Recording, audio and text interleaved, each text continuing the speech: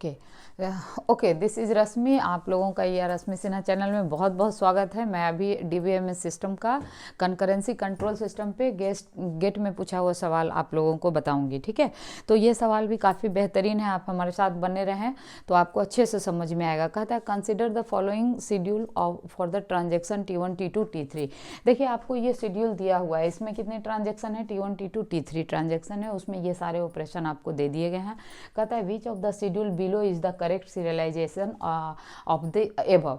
तो इसमें से कौन सा, ये चार ऑप्शन में करेक्ट सीरियलाइजेबल इस ट्रांजेक्शन का कौन सा होगा। आपको तो पता ही है कि कंकरेंट ट्रांजेक्शन जब होता है तो कई सारे ट्रांजेक्शन एक साथ मिलके एग्जीक्यूट करते हैं और उसमें जो सीरियलाइजेबल होगा कंकरेंट ट्रांजेक्शन वही एक्सेप्टेबल होता है।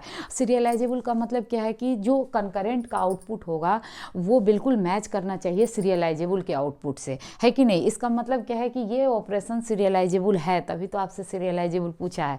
लेकिन सीरियलाइजेबल का ऑर्डर क्या होगा ये पता करना है। अच्छा देखिए, अगर कोई भी कंकरेंट ट्रांजेक्शन सीरियलाइजेबल है कि नहीं है ये पता करने के लिए हम लोग क्या बात करते हैं, तो हम लोग प्रेसिडेंस ग्राफ ड्रॉ करते हैं, पक्की बात है। अब प्रेसिडेंस ग्राफ ड्रॉ करने से पहले मैं इसको थोड़ा सा एक बार अच्छे से आपको लिख के, हालांकि नहीं भी लिखती तो भी चलता, लेकिन मैंने इसको शॉर्ट में लिख दिया है कि हाँ रीड ऑपरेशन एक्स है। इसका मतलब क्या हुआ कि आपका ट्रांजेक्शन T1 जो है एक्स आइटम को रीड कर रहा है, इसके बाद आपका ट्रांजेक्शन T2 वाई आइटम को रीड कर रहा है, इसके बाद ट्रांजेक्शन T3 आपके वाई आइटम को रीड कर रहा है, फिर T2 ट्रांजेक्शन वाई आइटम को राइट कर रहा है, फिर आपका क्या लिखा हुआ है T1 ट्रांजेक्शन एक्स आइटम को राइट कर रहा है, फिर आपने क्या लिखा है कि T2 ट्रांजेक्शन एक्स आइटम को, उससे पहले T3 ट्रांजेक्शन एक्स आइटम को राइट कर रहा है।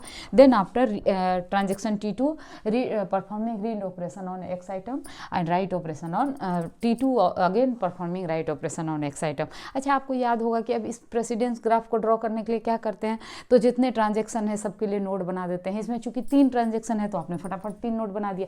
अब आप क्या करिएगा, ये एज को ड्रॉ करना है। एज ड्रॉ करने के लिए आपको क्या फाइंड करना पड़ता है, कन्फ्लिक्ट ऑपरेशन फाइंड करना पड़ता है। कन्फ्लिक्ट ऑपरेशन होता क्या है, तो आपको पता है कन्फ्लिक्ट ऑपरेशन क्या होता है, जिसमें आपको 2 ट्रांजेक्शन का होना ज़रूरी है और साथ में क्या होता है कि उसमें किसी एक को राइट होना चाहिए और सेम डेटा के ऊपर ऑपरेशन परफॉर्म होना चाहिए। This is the thing.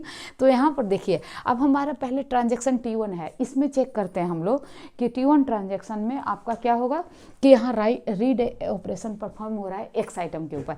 तो आप चेक कीजिए, सेम ट्रांजेक्शन में कन्फ्लिक्ट कभी नहीं चेक करते हैं, आपको पता है।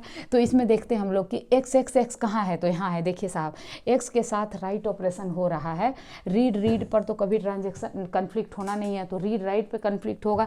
तो आप एरो कैसे ड्रॉ करेंगे, T1 टू T2 मतलब पहले T1 का ऑपरेशन परफॉर्म हो रहा है फिर T2 का ऑपरेशन परफॉर्म हो रहा है। तो यहाँ आप कैसे ड्रॉ करिएगा, T1 to T2 arrow draw होगा, ठीक। उसके बाद देखिए कौन सा ऑपरेशन हो रहा है, ट्रांजेक्शन T2 का रीड ऑपरेशन वाई आइटम पे हो रहा है, तो इसका चेक करेंगे इसके साथ। तो इसमें देखिए ये एक्स है ये वाई है, कन्फ्लिक्ट होने का सवाल ही नहीं उठता, अलग अलग डाटा आइटम पे कन्फ्लिक्ट नहीं होता। फिर इसके साथ अपन देखेंगे तो यहाँ देखिए ये वाई है लेकिन ये रीड ऑपरेशन कन्फ्लिक्ट तो होता नहीं है, ये राइट है लेकिन यहाँ एक्स ऑपरेशन एक्स डाटा है और वाई है, ये भी कन्फ्लिक्ट नहीं होगा। मतलब इस ऑपरेशन के वजह से there is no conflict operation. चलिए अच्छी बात है। इसके बाद क्या है, वाई यहाँ पर चेक करेंगे। इसके लिए क्या करेंगे, तो इसका इसके साथ तो चेक करना नहीं है, अब इसका इसके साथ चेक करेंगे। तो इसके साथ देखिए इसके बाद सिर्फ एक्स आइटम राइट हो रहा है तो उससे कोई प्रॉब्लम नहीं है, ये वाई है ये एक्स है, डिफरेंट डेटा आइटम कभी कन्फ्लिक्ट नहीं होता है कि नहीं। लेकिन यहाँ पर क्या है, देखिए यहाँ पर आपका क्या हो रहा है, रीड और राइट हो रहा है सेम डेटा आइटम पर, डिफरेंट ट्रांजेक्शन में कन्फ्लिक्ट है, यानी T2 टू T3 से T2 आप ड्रॉ करेंगे, ये एज आपका ड्रॉ हो जाएगा, क्लियर। उसके बाद आपका क्या है, एक एज आपका ड्रॉ हुआ T1 से T2 और दूसरा ड्रॉ हुआ T3 से T2, क्लियर।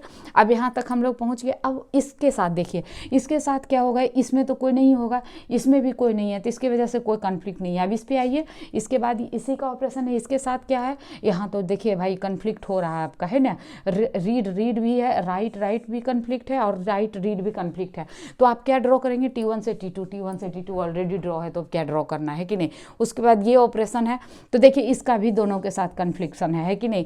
तो T3 से T2 ऑलरेडी आपका ड्रॉन है ना। तो एक T1 से T3 भी आपका एज आया है, T1 से T3, हाँ ये तो पहले ही था, तो देखिए T1 से T3। तो इस तरह से आपका पूरा जो प्रेसिडेंस ग्राफ है ऐसे बन गया। अब इसमें खास बात आप क्या देख रहे हैं कि देयर इज नो साइकिल नहीं, इसका मतलब ये कंकरेंट शेड्यूल बिल्कुल सही है, ये सीरियलाइजेबल है, ये सीरियल शेड्यूल के इक्विवेलेंट है, इसलिए ये एक्सेप्टेबल है। अगर ये सीरियल शेड्यूल शेड्यूल के इक्विवेलेंट नहीं होता, ये साइकिल बन जाता तो ये एक्सेप्टेबल नहीं था। पर सवाल से ही हम लोग को पता चल गया था कि ये साइकिल नहीं बनेगा। खैर, अब साइकिल नहीं बनेगा तो किस ऑर्डर में एग्जीक्यूट होगा? तो आप देखिए, आपका ऑर्डर साफ दिख रहा है, T1 के बाद पहले T1 एग्जीक्यूट होगा, एरो देखिए, फिर T3, फिर T2, और ये T2 से पहले क्या एग्जीक्यूट होना है? T1 को। यानी कि इसका जो ऑर्डर है वो क्या होगा? T1 T2 के बीच में T3 है कि नहीं? तो आप इसका ऑर्डर क्या कहेंगे कि T1 T3 T2। अब इसमें देखिए आपका करेक्ट ऑप्शन कौन मैच हो रहा है? तो ए मैच हो रहा है। तो मुझे लगता है आपको अच्छे से समझ में आ गया होगा ये, है ना? तो अगर ये आपको वीडियो कुछ भी अच्छा सीखते हैं आप इसमें, तो प्लीज़ अपने दोस्तों के साथ वीडियो को ज़रूर शेयर कीजिएगा, कमेंट करना नहीं भूलिएगा, शेयर ज़रूर कीजिएगा। और इसी के साथ मैं इस वीडियो को बाइंड अप करती हूँ। फिर अगले सवाल के साथ मैं फिर बहुत जल्दी आपसे मिलूँगी। तब तक take care, bye, thank you.